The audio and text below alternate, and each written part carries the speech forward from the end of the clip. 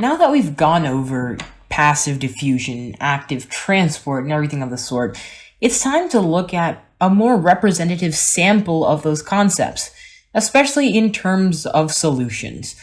In today's video, we're going to be going over the types of solutions and what each of the solutions here entails.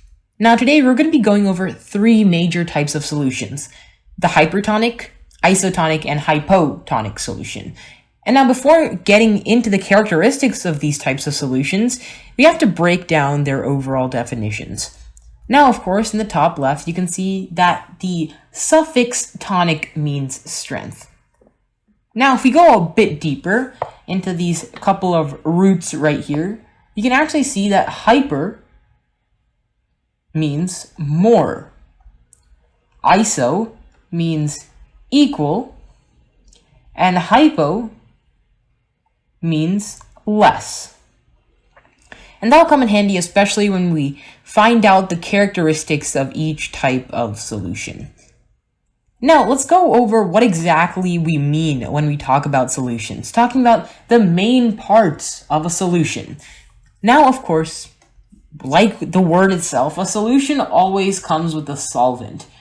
Now, these solvents are usually aqueous, which we denote AQ, most of the time water. And water's the solvent that you'll be getting in most cases. Along with the solvent, we have the actual solute. Solutes are essentially pieces of debris or a solid object that cannot be, sometimes can be dissolved, but usually not dissolved, and is usually in its solid state within the solution. So we can put it kind of, as a roadblock. And we usually denote these, especially in picture format and in its informal way, as, a circle. Of course, lastly, we need a semi-permeable membrane within all types of solutions. Semi-permeable. A semi-permeable membrane is just like our cell membrane, what we went over in our cells video. And that talks about, what can go through the cell membrane and what can't. In the cell, these solutes cannot pass through the cell membrane because they're just too big, while in other cases, the solvent usually can. That being said, let's start off on drawing these actual solutions and seeing what we get from them. Now, of course, in every solution, we have a small beaker or wherever our solution is actually found. Now, within that solution, we have our cell, which acts as a semi-permeable membrane, and we have our solutes.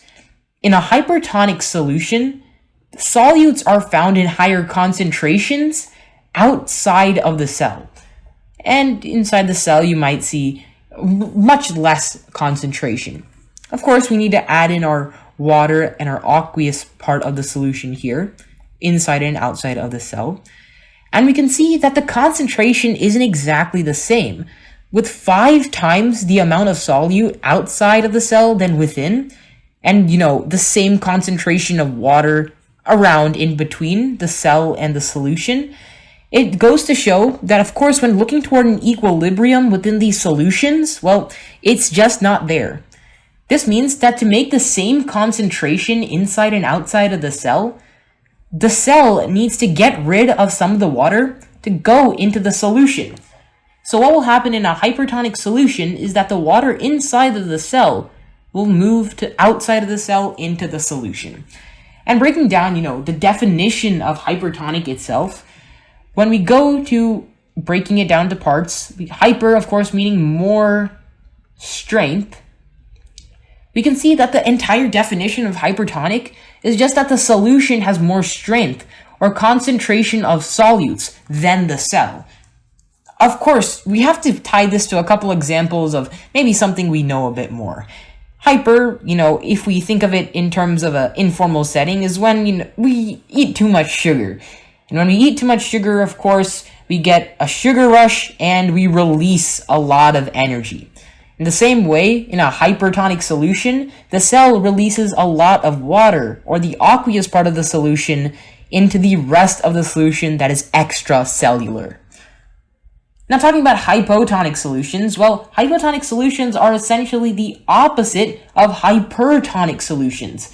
In this case, we have a cell, and within the cell, we have a greater concentration of solutes than outside of the cell. Again, just drawing in the water in the aqueous part of the solution. When you break down the name hypotonic into its roots, having less strength, we can see that outside of the solution, we have less solutes. Of course, to get an equal concentration of, solutes to aqueous water, that means that the water outside of the solution has to go inside of the cell. And that's the opposite of hypertonic. And of course, if you know this basic hyper means releasing, then it's easier to figure out, well, it's just the opposite. Now, isotonic, unlike hypertonic and hypotonic, is unique in the sense that, well, there's not much net difference within the ending result of putting the cell in the solution. But keep that in mind. It's not a set difference, it's just a net difference. So, of course, within the cell, we have the same concentration of solutes than outside. Now, notice how I'm not saying the same amount of solute. Because the cell might, and in most cases, is smaller than the solution it's put in, having 3 solutes outside and 3 solutes inside would actually create a hypotonic solution, because in a smaller area, having more solutes gives the solution outside of it less strength. So we had to make sure to think about it in concentrations, whether it be moles per liter or anything of the sort. Now, assuming an equal concentration in and out of the cell, what we had to realize is that what happens inside of the cell isn't set. In fact, what occurs is a dynamic equilibrium. Going back to the types of transports video, we can remember that dynamic equilibrium is when we always are trying to enact a balance. At one point in an isotonic solution, there may be more water inside the cell than outside, but it quickly balances itself by pushing water to the rest of the solution. And that's what happens in an isotonic cell.